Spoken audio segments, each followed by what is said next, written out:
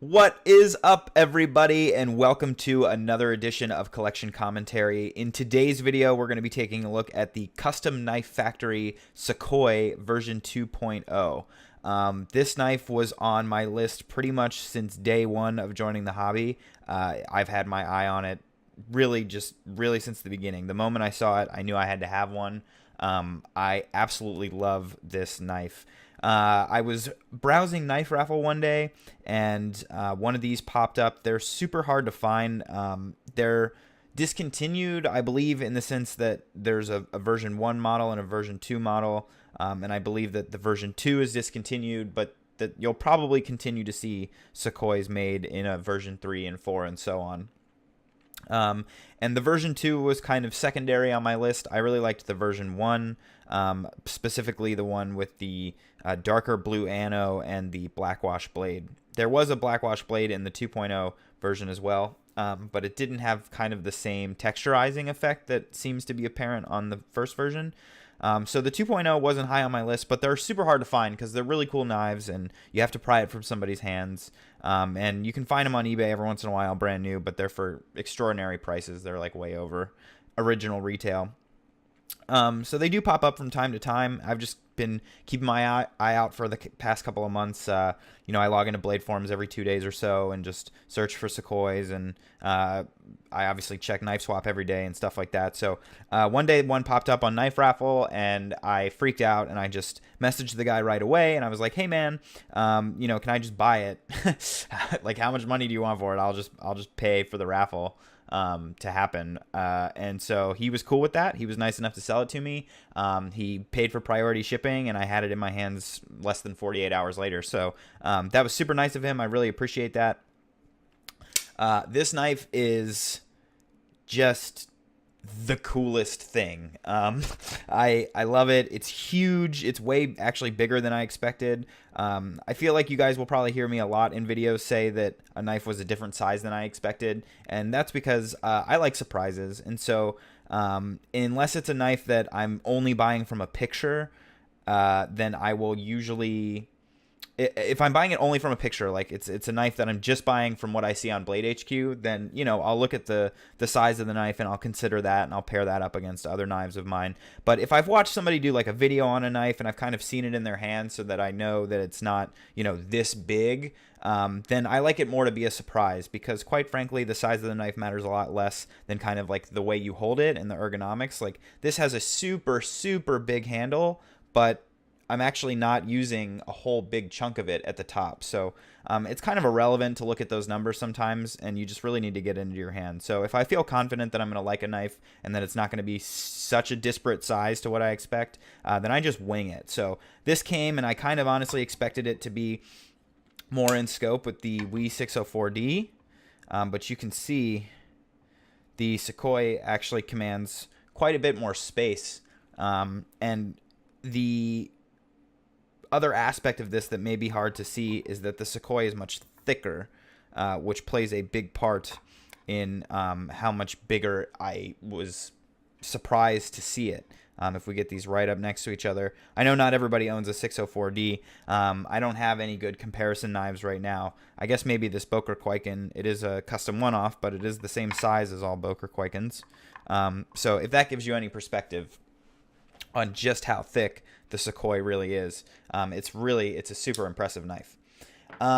So because this has kind of been one of my more affordable grails and been such a special knife for me for so long, I thought it was important to get through kind of all of the things that I don't like about the knife or that are wrong with the knife right away, because I really just want to be able to blab a little bit about what's special about it to me and some cool things that I don't think you guys may know about the knife. So there's a lot I need to talk about in the bad side of things, because as a knife, this thing kind of sucks.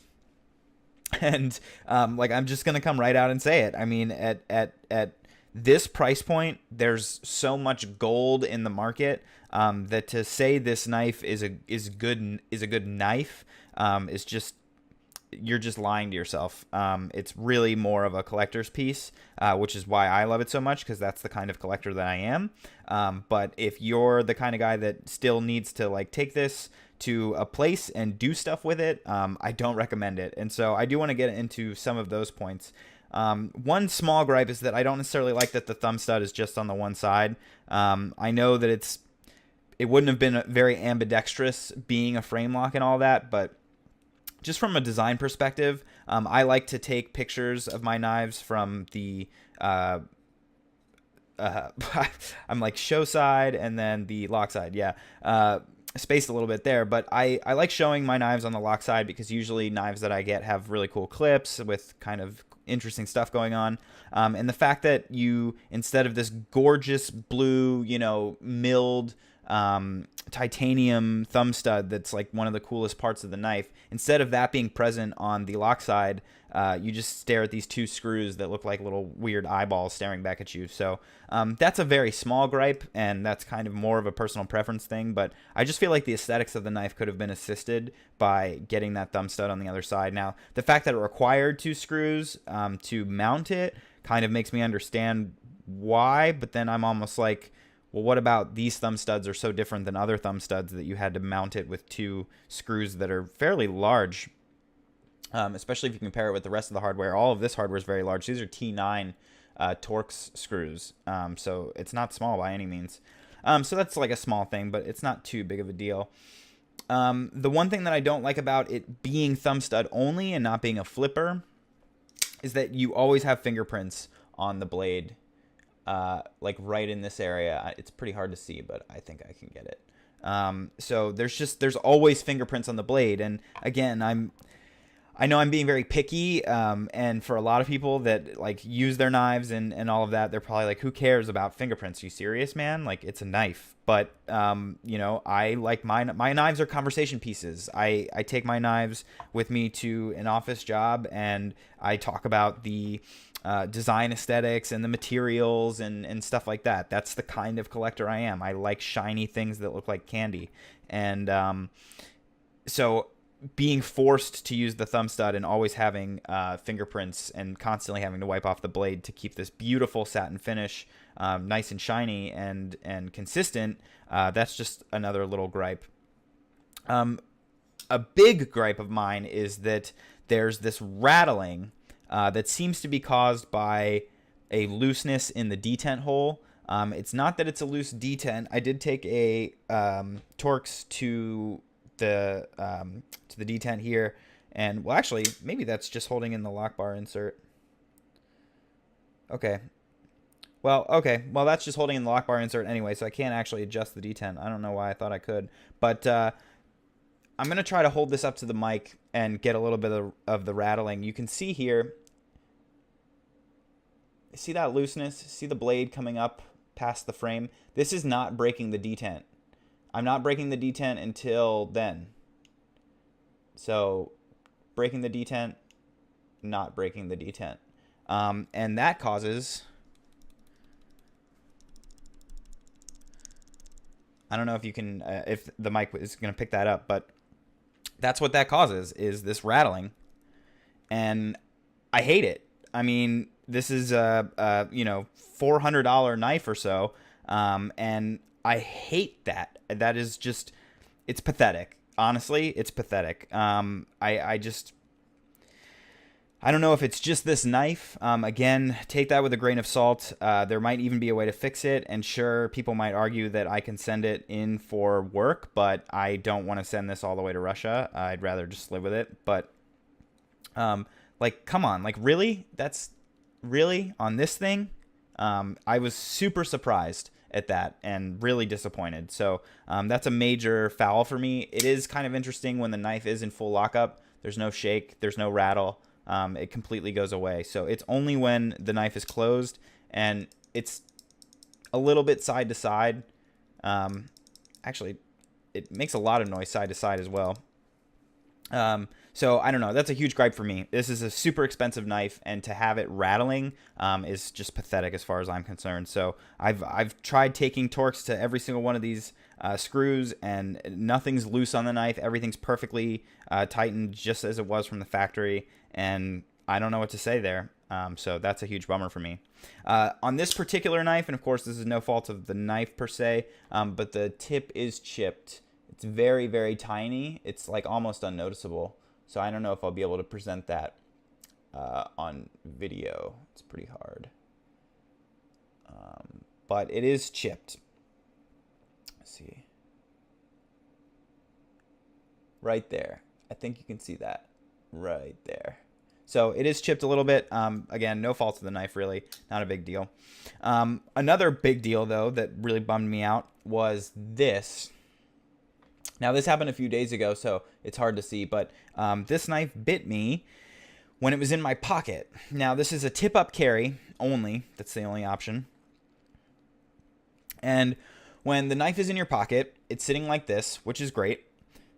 So you do have quite a bit of space to reach around and to get a good grip on the knife, to get your hand in the pocket and kind of come around like this and pull the knife out. You do have lots of protection around this area and around here, and that's all great. But if you are reaching in your pocket a little bit more willy-nilly and you haven't necessarily considered where you're gonna stick your hand, I actually slid my hand into my pocket kind of like this way, and this tip will catch your finger, as proven by the mark that I have from it. So it's kind of hard to give you an angle that will give you the correct impression, but I think you can kind of tell that it is kind of creeping out there a little bit. And then if I see if I can put my finger in there, you can see if I push down, I'm making contact with the blade, with the tip of the blade. So if you get in there, it will get you. So just know that if you're carrying this in your pocket, you kind of want to reach in.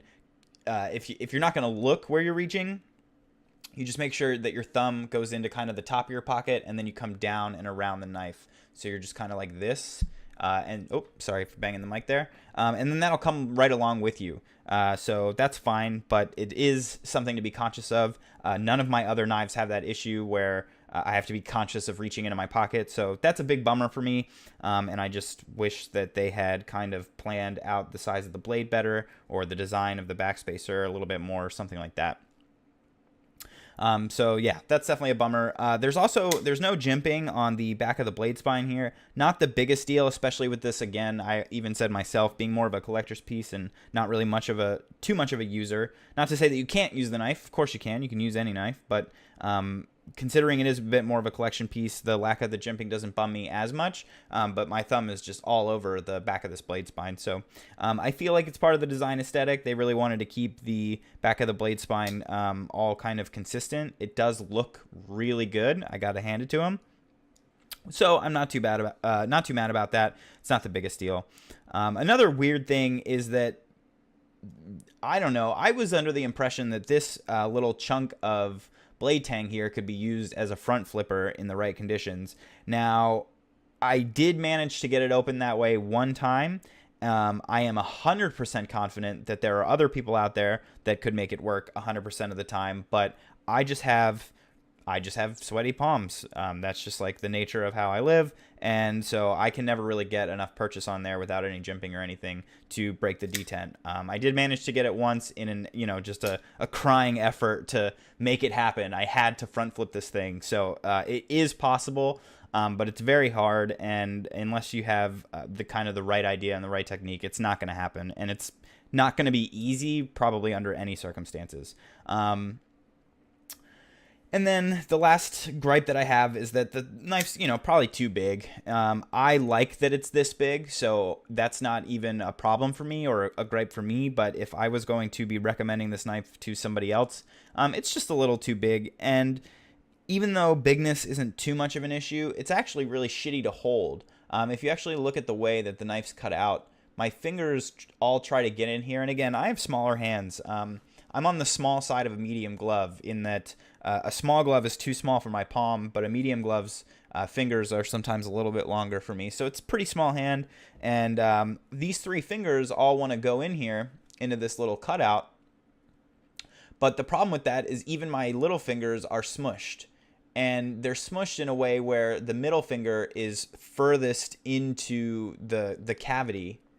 So then my middle finger's in the middle finger is the longest finger, but it has the shortest distance to go around the handle, making this very awkward. You can see how I'm just kind of like able to touch my hand with it in a weird way. It doesn't really want to grip.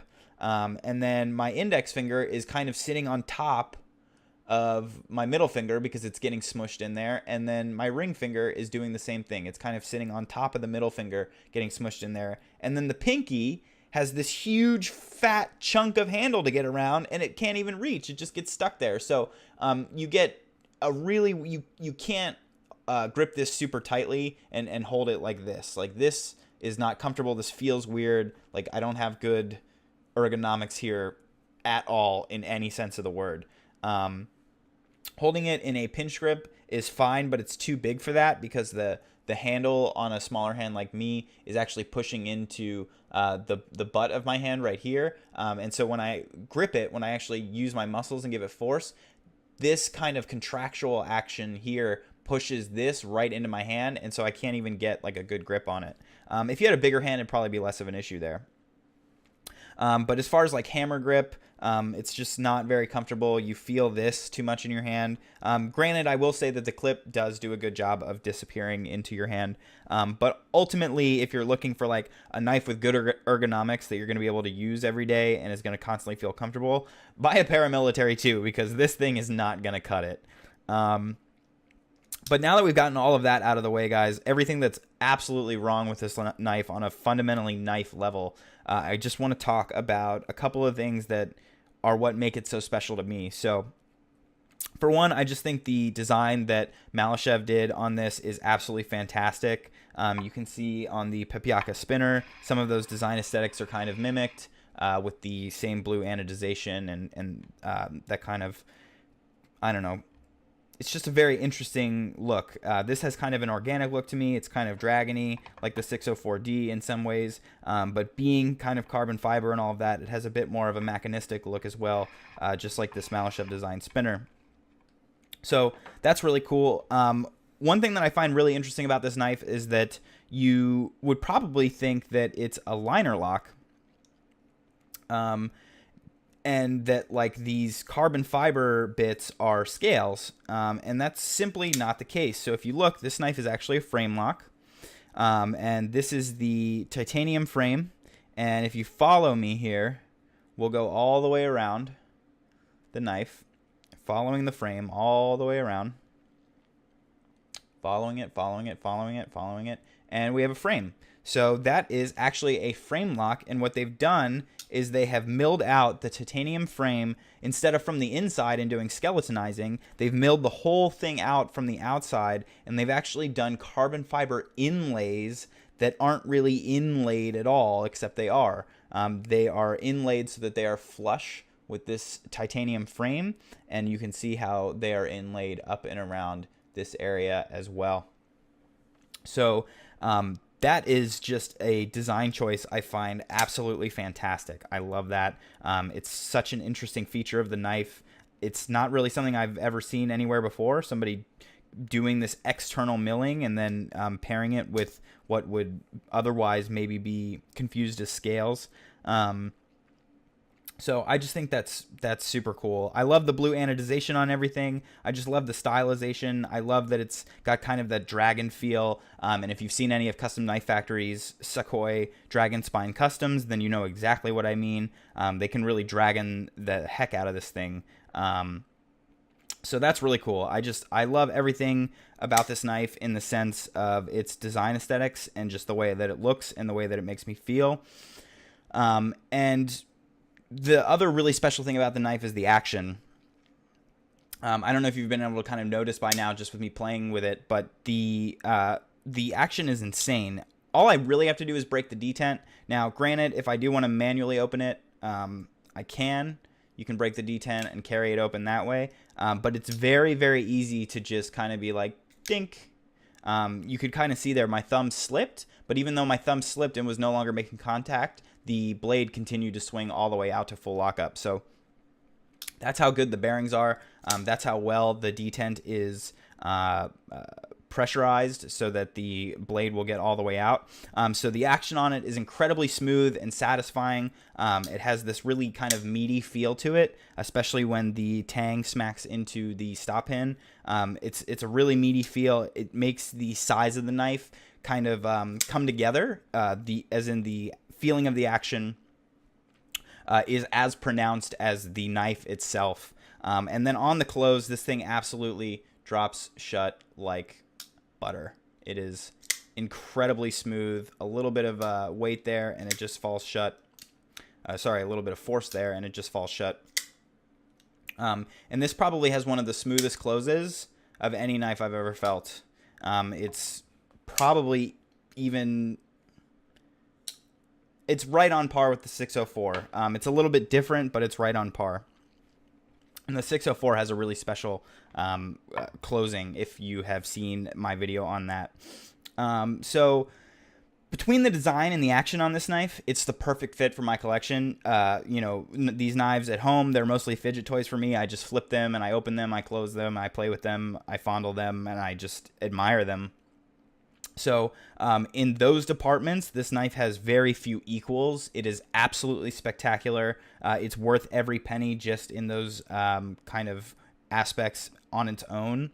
But if you are looking for a knife that you are going to carry with you every day, something that is going to be a little bit more usable and feel a little bit more comfortable in the hand and be a little more effortless in terms of how you're carrying it and having to think about it, then I strongly advise against this knife. This knife needs maintenance. It needs thought. You have to be conscious of it when it's in your pocket, and it's not super effective.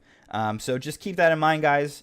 But thanks so much for tuning in. The Sukhoi is super special to me. I hope to hold on to this knife forever. If you guys have any questions about it, feel free to leave them down below. Check me out on Instagram at tovarishworks. If you like this video, leave a like. And if you want to see more, please subscribe. I'll see you next time.